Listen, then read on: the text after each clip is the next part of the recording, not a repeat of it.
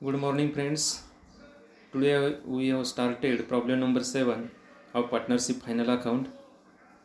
First we read the problem and then we solve it. मित्रांनो, आज आपण final अकाउंटचा 7वा problem सुरू करूया. सुरुवातीला मी प्रॉब्लेम वाचून दाखवतो, त्या पद्धतीनं तुम्ही त्याच्याकडे लक्ष द्या. Sapre and Atre are partners sharing profits and losses equally. From the following trial balance and adjustments, prepare trading account, profit and loss account for the year ended 31st March 2019 and balance sheet as on that date. मित्रांनो, पहिल्या पॅरेग्राफमध्ये जी माहिती सांगितलेली आहे त्याच्यामध्ये सप्रे आणि आत्रे हे दोन भागीदार आहेत, पार्टनर्स आहेत. आणि त्याच्याखाली तुम्हाला ट्रायल बॅलन्स दिले त्या दोघांचं आणि काही ॲडजस्टमेंट दिलेले आहेत. त्याच्यावरून trading account, profit and loss account आणि बॅलन्स शीट हे 31 मार्च 2019 तुम्हाला तयार करायला सांगितलेलं आहे. Trial balance as on 31st March 2019. Trial balance 31 March 2019 त्याच्यामध्ये डेबिट बॅलन्स, क्रेडिट बॅलन्स दिलेले आहेत. तर सुरुवातीला आपण काय करूया, ट्रायल बॅलन्सच्या आयटमचं जे काय आहे पोस्टिंग असेल किंवा त्याची नोंद असेल हे कोणत्या अकाउंटला येते याचा नंतर विचार करू. पण जे अकाउंट तयार करायला सांगितलेलं आहे सुरुवातीला ते अकाउंट्स तुम्ही तयार करून घ्यायचे. सुरुवातीला ट्रेडिंग अकाउंट तयार करून घ्या. Trading account and profit and loss account मी पाठीमागच्या व्हिडिओमध्ये सांगितलेलं आहे की कंबाईन तयार करून घ्यायचे ट्रेडिंग आणि प्रॉफिट अँड लॉस अकाउंट. काही मुलं सेपरेट ओपन केले तरी पण चालतील, काय अडचण नाही. त्याच्यानंतर बॅलन्स शीट हे तिसरं अकाउंट तुम्ही तयार करून घ्या. Balance sheet as on 31 March 2019च्या डेटचं तयार करून घ्या. फॉर्मॅट कसे आखायचे हे आपण 11वीमध्ये पाहिलेलं आहे, तुम्ही आताही पाहिलेलं आहे. पाठीमागच्या प्रॉब्लेममध्ये मी तुम्हाला याची डिटेल माहिती दिलेली आहे. Trading account, profit and loss account for the year ended 31st March 2019 वरती कोणाच्या पुस्तकामध्ये आपण अकाउंट तयार करतो आहे त्याची माहिती अगदी सुरुवातीला लिहायची वरच्या कोपऱ्यामध्ये. In the books of Sapre and Atre. त्यानंतर debit, credit, particulars, inner amount, outer amount, particulars, inner amount, outer amount, credit. Balance शीटला liabilities, amount rupees, outer amount rupees. असेटला इनर अमाऊंट, आउटर अमाऊंट. हे झालं तर आपण 3 अकाउंट तयार करून घेतली. त्याच्यानंतर आपण पोस्टिंग करायचं. सन्ड्री डेटर्स, डेबिट बॅलन्सचं सुरुवातीला पोस्टिंग करू. सन्ड्री डेटर्स दिलेत. सन्ड्री डेटर्स बॅलन्स शीटच्या असेटला घेतो आपण. याच्यावरती ॲडजस्टमेंट आहेत. साधारणतः सन्ड्री डेटर्सवरती 3 ॲडजस्टमेंट आहेत. असेटला आपण घेतलं हे सन्ड्री डेटर्स, इनर कॉलम 40,000. ॲडजस्टमेंटचा आपण नंतर विचार करू.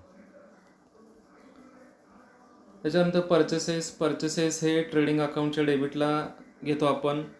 त्याच्या अगोदर सुरुवातीला ओपनिंग स्टॉक घेतो, म्हणून ओपनिंग स्टॉकसाठी थोडी जागा सोडा आणि त्याच्याखाली 2 पर्चेसेस घ्या, 65,000 इनर कॉलम. आणि त्याच्यावरती रिटर्न दिलेत, ॲडजस्टमेंट आहे पर्चेसेसवरती. आणखी अनरेकॉर्डेड पर्चेसेसची एक ॲडजस्टमेंट आहे, त्याच्यामुळे त्याच्याखाली साधारणतः 4 लाईन सोडा. ट्रेडिंग अकाउंटच्या डेबिट साईडला पर्चेसेस, इनर कॉलम, त्याच्याखाली 4 लाईन सोडायच्या. 6 नंबरचे ॲडजस्टमेंट दिलेले आहे. Goods of worth ₹8,000 were purchase on 31st March 2019 म्हणजे अनरेकॉर्डेड पर्चेसेसची ॲडजस्टमेंट आहे. आपण ॲडजस्टमेंट क्लिअर करताना याचा विचार करूया. रिटर्न हे 800 दिलेलं आहे, ₹800 रिटर्न दिलेलं आहे. ते सेल्समधून आपण वजा करतो, त्याच्यामुळं ह्या ₹800चा नंतर विचार करू रिटर्नचा सेल्समधून वजा करताना. ओपनिंग स्टॉक ट्रेडिंग अकाउंटच्या डेबिटला सुरुवातीला येणार आयटम आहे 2 opening stock 18,000 outer column. Land and building असेटला घ्या 10,000. लँड अँड बिल्डिंगवरती ॲडजस्टमेंट आहे डिप्रिसिएशनची म्हणून लँड अँड बिल्डिंग घेतली. असेटला आपण इनर कॉलमला 10,000. देन कॅरेज ट्रेडिंग अकाउंटच्या डेबिटला घेतो 1,800. कॅरेजवरती ॲडजस्टमेंट आहे, आउटस्टँडिंग कॅरेज आहे, त्याच्यामुळे इनरला घ्या ट्रेडिंग अकाउंटच्या डेबिट साईडला 1,200. Rent rates taxes profit and loss अकाउंटच्या डेबिटला घ्या. प्रॉफिट अँड लॉस अकाउंटच्या डेबिटला घेतले व rent rates taxes outer column 1,000, 1,000 रुपये आउटरला घेतले. त्याच्यानंतर ड्रॉइंग्ज हे आपण काय करतो, कॅपिटलमधून वजा करतो. बॅलन्स शीटच्या लायबिलिटी साईडला कॅपिटलमधून आपण ते वजा करूया. सुरुवातीला कॅपिटल्स लिहून घ्यावे लागतील, म्हणून कॅपिटल्स दिलेत बघा. सप्रे आणि आत्रेयचं 35,000 दोघांचंही सेम आहे, त्यामुळे लायबिलिटीला कॅपिटल अकाउंट्स असं हेडिंग द्या. कॅपिटल अकाउंट्स असं हेडिंग दिलं. सप्रे 35,000 लेस त्याच्यातून ड्रॉइंग्स करा अगोदरच 3,000. इनरलाच बॅलन्स ठेवा 35,000 रुपये. आत्रेयचं पण कॅपिटल बॅलन्स इनरलाच घ्यावं लागेल 35,000 रुपये. त्याच्यातून लेस ड्रॉइंग्स 2,000 त्याचं, इनरला बॅलन्स 33,000. आणि त्याच्याखाली 2 लाईन्स सोडा. आपण नेट प्रॉफिट किंवा नेट लॉस त्याच्यामध्ये प्लस मायनस करायचं आहे. हे झालं ड्रॉइंग्स, समजलं. त्याच्यानंतर सॅलरीज दिलेलं आहे. प्रॉफिट अँड लॉस अकाउंटच्या डेबिटला घ्या सॅलरीज ही नेहमी आपण प्रॉफिट अँड लॉस अकाउंटच्या डेबिटला घेतो. टू सॅलरीज आउटर कॉलम 3,200, त्याच्यावरती ॲडजस्टमेंट दिलेली नाही.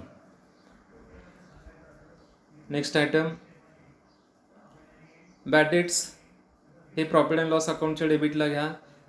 हे जुने बॅड डेट्स आहेत, त्याच्यामध्ये आपण नवीन बॅड डेट्स किंवा ऑलरेडी ॲड करणार आहोत, त्याच्यामुळे ते इनरला घ्या. ॲडजस्टमेंट आहे साधारणतः त्याच्याखाली 4 लाईन सोडा बॅड डेट्सच्या घेतलेत बघा. बॅड डेट्स ओल्ड इनरला 1,000. नेक्स्ट मशिनरी बॅलन्स शीटच्या असेटला घ्या. बॅलन्स शीटच्या असेटला आपण मशिनरी घेतली.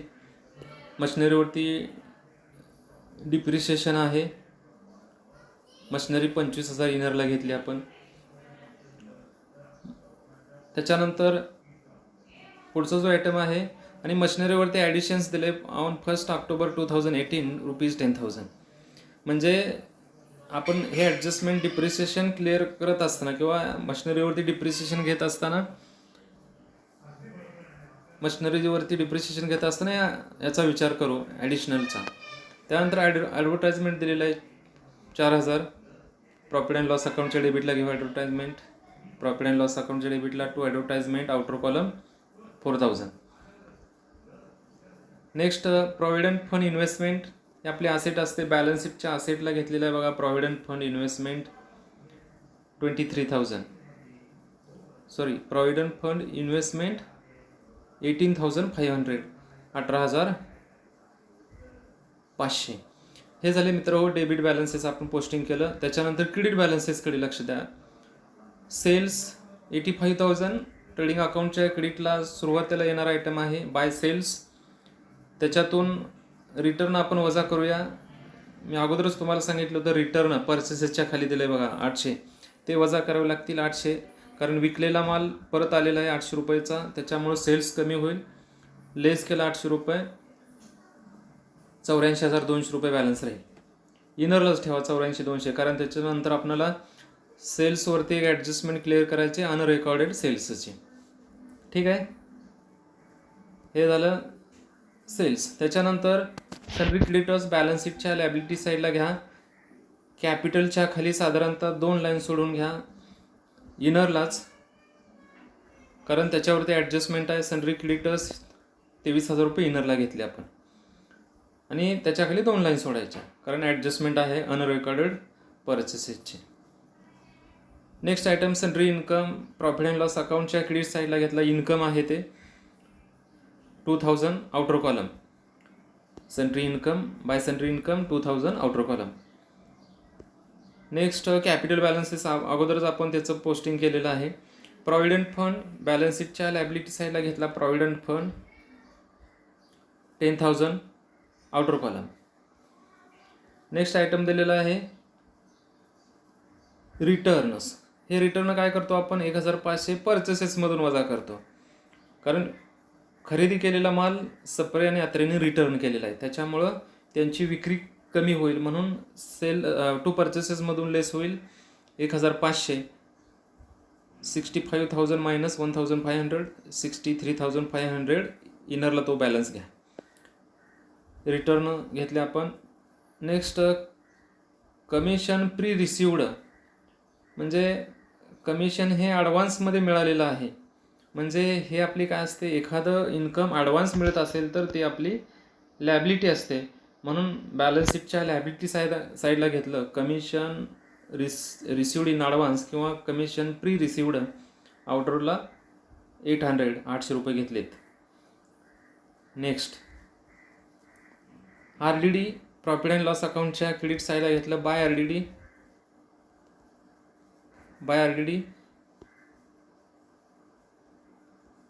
आउटर कॉलमला 400 घेतलं किंवा नाही घेतलं तर तुम्ही हे RDD डायरेक्ट आपल्या नियमानुसार बाय RDD म्हणून प्रॉफिट अँड लॉस अकाउंटच्या क्रेडिटला घ्या. यांनी ह्या प्रॉब्लेममध्ये काय केलेलं आहे, बाय RDD म्हणजे क्लोज करत असताना ट्रान्सफर केलेलं आहे प्रॉफिट अँड लॉस अकाउंटच्या डेबिटला. कारण डेबिटची टोटल 4,100 होते, क्रेडिटची कमी आहे 400, म्हणून ते ट्रान्सफर करून तिकडं बॅलन्स नील दाखवलेला आहे. पण आपण आपल्या पद्धतीनं घेऊया. By RDD profit and loss अकाउंटच्या क्रेडिटला तुम्ही डायरेक्ट 400 घेतलं तरी चालेल किंवा या पद्धतीनं केलं तरी चालेल. बाय RDD इनरला घ्या 400 रुपये, लेस ट्रान्सफर म्हणा 400, आउटरला नील करा आणि तिथून परत इकडे डेबिटला ट्रान्सफर करत असताना इकडं आणून वजा करायचे, म्हणजे आउटरला त्याचा बॅलन्स जो काय वजा करून येईल तो घ्यायचा. नंतर मी तुम्हाला याच्यावरती माहिती सांगेल. ठीक आहे, हे झालं पोस्टिंग ट्रायल बॅलन्सच आपण केलं. त्याच्यानंतर पुढचा जो पार्ट आहे ॲडजस्टमेंटचा, पहिले ॲडजस्टमेंट वाचूया. Closing stock is valued at ₹23,000. Closing stock हा 23,000 रुपये दिलेला आहे. क्लोजिंग स्टॉक त्याचे दोन इफेक्ट द्यायचे, ट्रेडिंग अकाउंटच्या क्रेडिट साईडला आणि बॅलन्स शीटच्या असेट साईडला. ट्रेडिंग अकाउंटच्या क्रेडिट साईडला घेतले बघा बाय क्लोजिंग स्टॉक, सेल्सच्या खाली साधारणतः 2 लाईन सोडून घ्या. बाय क्लोजिंग स्टॉक 23,000 आणि second effect goes to asset side 23,000. Closing stock घेतलेला बघा 23,000 रुपये. देन समजले क्लोजिंग स्टॉकचे ॲडजस्टमेंट्स नेहमी 2 इफेक्ट द्यायचे, ट्रेडिंग अकाउंटच्या क्रेडिट साईडला, बॅलन्स शीटच्या असेट साईडला. त्यानंतर दुसरी जी ॲडजस्टमेंट आहे, depreciate land and building at the rate 5% आणि machinery at the rate 10%. Land and बिल्डिंगवरती 5% आणि मशिनरीवरती 10% डिप्रिसिएशन दिलं आहे. बॅलन्स शीटच्या असेटला या लँड अँड बिल्डिंग इनरला घेतलं आहे आपण 10,000च्या 5% लेस डिप्रिसिएशन करा 5%. 10,000मधून 500 मायनस होतील, 9,500 आउटरला राहतील. असेट कमी झाली, एक्सपेंडिचर असतो प्रॉफिट अँड लॉस अकाउंटच्या डेबिटला या टू डिप्रिसिएशन असं हेडिंग द्या आणि त्याच्याखाली लँड अँड बिल्डिंग इनरला 500 घेणार. त्याच्यानंतर मशिनरीवरती डिप्रिसिएशन दिलेलं आहे, प्लांट अँड मशिनरीवरती 10%, लेस DEP करा किंवा लेस डिप्रिसिएशन 10%, 25,000वरती 10%. पण आता इथं ॲडिशनचा विचार करावा लागेल. वर्किंग नोट नंबर 1 कडे या. डिप्रिसिएशन घेत असताना आता 25,000ची मशिनरी त्यांनी दाखवलेली आहे क्लोजिंग बॅलन्समध्ये. पण ओपनिंगला किती होती, 1 एप्रिल 2018ला 15,000 होती आणि क्लोजिंगला 25,000 दाखवलेलं आहे. म्हणजे ॲडिशन किती झालं, 10,000. पण ते ॲडिशन कधी झालं आहे, 1 ऑक्टोबर 2018ला झालं. म्हणजे आर्थिक वर्ष सुरू झाल्यानंतर 6 महिन्यांनी, बरोबर 6 महिन्यांनी त्यांनी 10,000ची नवीन मशिनरी परचेस केलेली आहे. मग डिप्रिसिएशन घेत असताना 15,000ची मशिनरी पहिल्यापासून आपल्याकडे आहे, म्हणजे 15,000 रुपयेवरती 10%नं 12 महिन्याचं म्हणजे एका वर्षाचं डिप्रिसिएशन किती येईल, 1,500. त्यांनी दिले बघा कॅल्क्युलेट करून, 15,000 गुणिले 10/100 बरोबर 1,500. पण आता 10,000च्या मशिनरीवरती डिप्रिशिएशन किती महिन्याचं घेणार तुम्ही? तर ते 6 महिन्याचं घेणार. रेट ऑफ डिप्रिशिएशन सेम राहणार 10%. कॅल्क्युलेशन कसं होईल? 6/12 म्हणजे 6 महिन्याचं काढायचं आहे. 6/12 गुणुले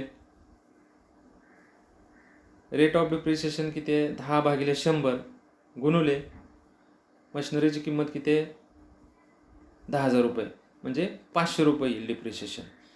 टोटल डिप्रिशिएशन किती होईल मशिनरीचं? 1,500 + 500 बरोबर किती होईल? 2,000. समजलं डिप्रिशिएशन कसं कॅल्क्युलेट केलं? ओपनिंग बॅलन्स 15,000 होता.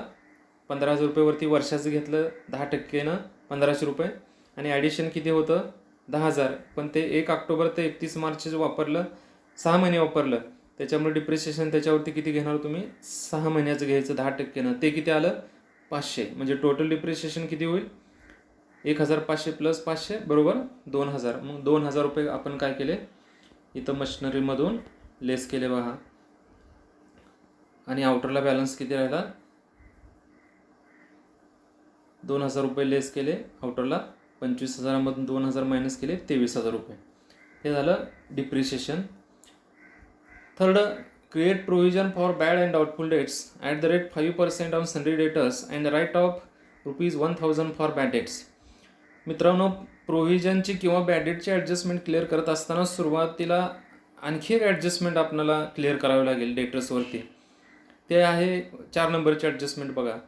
Goods worth ₹3,000 were sold but no entry was found in the books of account. म्हणजे 3,000 रुपयेचा माल विकलेला आहे, पण त्याची विक्री पुस्तकामध्ये नोंदच केलेली नाही, चुकून ते राहिलेलं आहे. मग आपल्याला काय करावं लागेल? त्याची नोंद करावी लागेल. अनरेकॉर्डेड सेल्स आहेत, आपण सेल्सच्या खाली जागा सोडलेली होती, त्याच्यामध्ये काय करावे लागतील? 3,000 रुपये अनरेकॉर्डेड सेल्स ॲड करावे लागतील. म्हणजे टोटल किती होईल बॅलन्स? 87,200. डेटर्स वाढतील.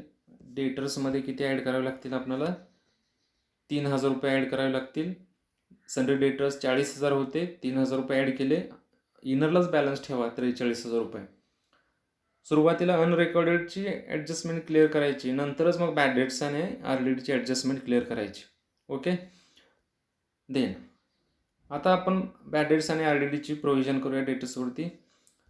RDD किती दिलेले आहे? 5% आणि बॅड डेट्स किती दिलेत? 1,000. सुरुवातीला बॅड डेट्स वजा करू, लेस बॅड डेट्स न्यू म्हणा. 1,000 रुपये डेटर्समधून वजा होतील, 43,000 मायनस 1,000 होतील, 42,000 रुपये इनरला. त्याच्यानंतर लेस RDDची प्रोव्हिजन किती करायची? त्याच्यावरती 5%. आता RDDची प्रोव्हिजन करताना 42,000 रुपयेवरतीच करा, चुकून तुम्ही 40,000 रुपयेवरती करचाल, कारण ती तुमची मिस्टेक होईल. कारण अनरेकॉर्डेड सेल्स ॲड करून किंवा बॅड डेट्स लेस करून जो बॅलन्स येतो त्याच्यावरतीच RDDची प्रोव्हिजन करायची आपल्याला. 42,000 रुपयेवरती 5%, 2100 रुपये येईल. आउटरला बॅलन्स त्याचा 39,900 रुपये राहील. म्हणजे आपली ॲसेट कमी झाली.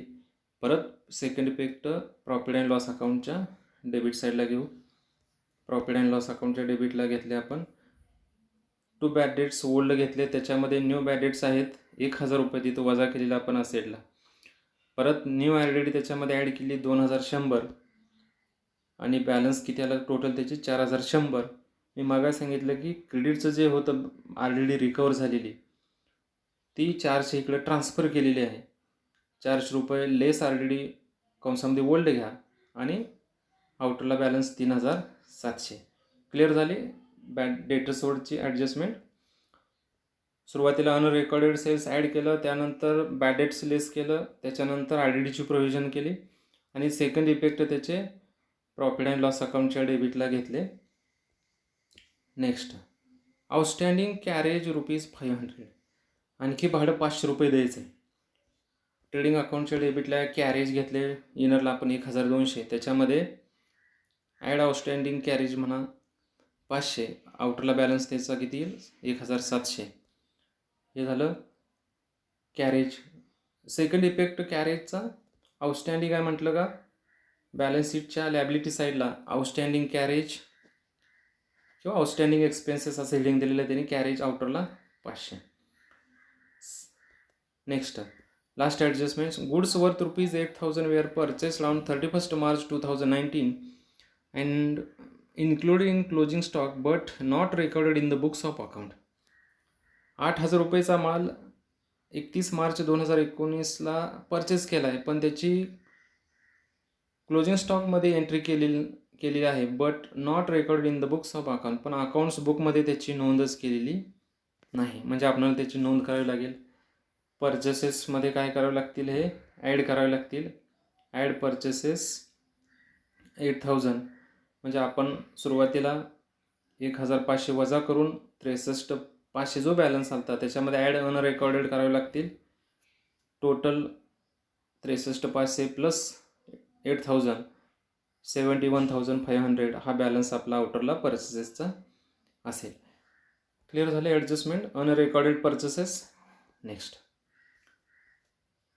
समजलं सर्वांना. आपण काय केलं, ट्रायल बॅलन्सचं पोस्टिंग केलं. त्याच्यानंतर ज्या काही ॲडजस्टमेंट दिलेल्या होत्या त्या ॲडजस्टमेंट 1 बाय 1 क्लिअर केलेल्या आहेत. त्याच्यानंतर आता एक एक करून आपण अकाउंट क्लोज करायचे. सुरुवातीला ट्रेडिंग अकाउंट क्लोज करूया. ट्रेडिंग अकाउंटची कोणती साईड जास्त येते, तर क्रेडिट साईड जास्त येते. क्रेडिट साईडची टोटल 1,10,200 येते आणि डेबिट साईडची टोटल कमी येते. त्याच्यामुळे आपला नियम जो आहे, जी साईड जास्त ती कमी असणाऱ्या साईडकडे लिहायची. 1,10,200 आपण डेबिटला लिहिले, डेबिटचे त्याच्यातून मायनस केले 1,10,200मधून, तर 19,000 रुपये आपला GP येतो. 2 GP कॅरी डाऊन केला आपण, किंवा 2 GP transfer to profit and loss account करतो आपण. प्रॉफिट अँड लॉस अकाउंटच्या क्रेडिटला बाय GP ब्रॉड डाऊन केलेला आहे बघा इथं. By GP brought down 19,000. त्याच्यानंतर प्रॉफिट अँड लॉस अकाउंटची टोटल केली. प्रॉफिट अँड लॉस अकाउंटची टोटल क्रेडिटची 21,000 येते आणि डेबिटची कमी येते. मग 21,000 डेबिटला पण लिहून घेतले आणि त्याच्यातून हे सर्व एक्सपेन्सेस मायनस केले, तर 6,600 काय येतो आपला नेट प्रॉफिट येतो, निव्वळ नफा येतो. मग 6,600 हा एकट्या सप्रेचा किंवा अत्रेचा नसणार आहे, दोघांचाही असणार आहे. हा दोघांचा नेट प्रॉफिट आहे, निव्वळ नफा आहे. मग हा दोघांना डिवाईड करून द्यावा लागेल. पण रेशो कसे दिलेत, त्यांचे इक्वली दिलेत. सुरुवातीलाच आपण पॅराग्राफ वाचल्यानंतर त्याचा विचार केलेला आहे की रेशो कसे घ्यायचे, इक्वली घ्यायचे, म्हणजे समान वाटप करायचं आहे दोघांमध्ये. म्हणजे सप्रेला आणि अत्रेला किती जातील, 3,300 आणि 3,300, 6,600 मधले. मग इथं लिहा to net profit transfer to capital account. आता कॅपिटलला ट्रान्सफर केले, तर ड्रॉइंग्स वजा करून जो बॅलन्स आलेला होता सप्रेचा सुरुवातीला 32,000, त्याच्यामध्ये 3,300 ॲड करा, 35,300 रुपये सप्रेचं कॅपिटल आउटरला आपणाला आलेलं दिसेल. त्याच्यानंतर अत्रेचं पण कॅपिटल आपलं किती आलं तर ड्रॉइंग्स वजा करून 33,000. 33,000मध्ये ॲड नेट प्रॉफिट करा. नेट प्रॉफिट ॲड करून बॅलन्स किती राहतो, 36,300. हे झालं. आपण नेट प्रॉफिट काय केला, त्या पार्टनरला वाटून दिला इक्वली आणि त्याच्यानंतर लॅबिलिटीला त्यांच्या त्या कॅपिटलमध्ये आपण नेट प्रॉफिट ॲड केलेला आहे. त्याच्यानंतर आपण क्लोज करत गेलो. लॅबिलिटी आणि असेट टोटल किती येते, 1,13,900. 1,13,900. जर काही एक्स्ट्रा माहिती अनरेकॉर्डेड सेल्स आणि अनरेकॉर्डेड परचेसेसच्या ॲडजस्टमेंटची पाहिजे असेल, किंवा तुम्हाला काय त्याच्यामध्ये काय डाऊट असेल, तर पाठीमागं 2 नंबर वर्किंग नोट दिलेलं आहे बघा, त्यांनी सोडवूनच दिलेलं आहे. डेटर्सची ॲडजस्टमेंट कशी सोडवायची ते पण त्यांनी दिलेलं आहे. म्हणजे डेटर्स तुम्ही आज त्यातलं लिहिणार 40,000, त्याच्यामध्ये ॲड अनरेकॉर्डेड सेल्स 3,000 43,000 घेतले. परत लेस बॅड डेट्स न्यू 1,000, 42,000 रुपये बॅलन्स आला. लेस RD 5%, 42,000 रुपयेवरती किती आले, 2,100 आणि 39,900 बॅलन्स आउटरला आलेला आहे. तसंच त्याच्यानंतर ट्रेडिंग अकाउंटच्या डेबिटला ट्रेडिंग अकाउंटच्या क्रेडिट झाल्या सेल्सची कशी ॲडजस्टमेंट क्लिअर केली ते दाखवलेलं आहे. बाय सेल्स 85,000 घेतले, प्लस त्याच्यामध्ये अनरेकॉर्डेड 3,000 आणि लेस रिटर्न. आपण रिटर्न अगोदर वजा केले, त्यांनी नंतर वजा केले, काय अडचण येणार नाही. तुम्ही कसेही करू शकता. शेवटी बॅलन्स तुमचा आउटरला 87,200 येणं महत्त्वाचं आहे. तसंच प्रॉफिट अँड लॉस अकाउंटच्या डेबिटला कसे इफेक्ट दिले ते या ठिकाणी दिलेलं आहे. सुरुवातीला जुने बॅड डेट्स होते 1,000, त्याच्यामध्ये न्यू बॅड डेट्स 1,000 घेतले, ॲड न्यू RDD 2100 त्याच्यामध्ये ॲड केली आणि लेस ट्रान्सफर RDD ओल्ड क्रेडिटचे आपण जे काही इनरला घेऊन लेस ट्रान्सफर RDD 400 आणि आउटरला नील दाखवले किंवा डायरेक्ट तुम्ही शेवटी ट्रान्सफर केली तरी चालेल. 3,700 बॅलन्स आउटरला. तसंच अनरेकॉर्डेड पर्चेसेसचे केले. सुरुवातीला आपण रिटर्न वजा केले, त्याच्यानंतर ॲड अनरेकॉर्डेड पर्चेसेस केले आणि आउटरला बॅलन्स त्याचा काय जो काय होता तो आपण ते घेतलेला आहे. आणि लॅबिलिटीला क्रेडिटर्समध्ये काय केलं 8,000 अनरेकॉर्डेड पर्चेसेस दाखवले, बॅलन्स आउटरला त्याचा टोटलमध्ये घेतलेला आहे. अशा पद्धतीनं आपण 7वा प्रॉब्लेम या ठिकाणी पाहिलेला आहे. तुम्ही काय करायचा, हा व्हिडिओ पाहत असताना समोर घ्यायचा आणि स्लाइड्समध्ये प्रॉब्लेम व्यवस्थित दिसत नाही, थोडा प्रॉब्लेम येतो दिसण्यासाठी. झूम केल्यानंतर व्यवस्थित दिसतो. त्याच्यामुळं तुमच्याकडे पुस्तक असेल किंवा मी जो प्रॉब्लेम पाठवतो आहे तो प्रॉब्लेम तुम्ही तुमच्या मोबाईलवरती बघा आणि हा व्हिडिओ तुम्ही समोर लावून तो प्रॉब्लेम कशा पद्धतीनं सोडवायचा, जी काय मी माहिती सांगतो आहे त्या पद्धतीनं तुम्ही ऐकून घ्या. आणि जर काय आणखी शंका त्यातून तुमची राहिली असेल तर मात्र तुम्ही कॉल करू शकता किंवा व्हॉट्सअपवरती तुम्ही मेसेज करू शकता. धन्यवाद.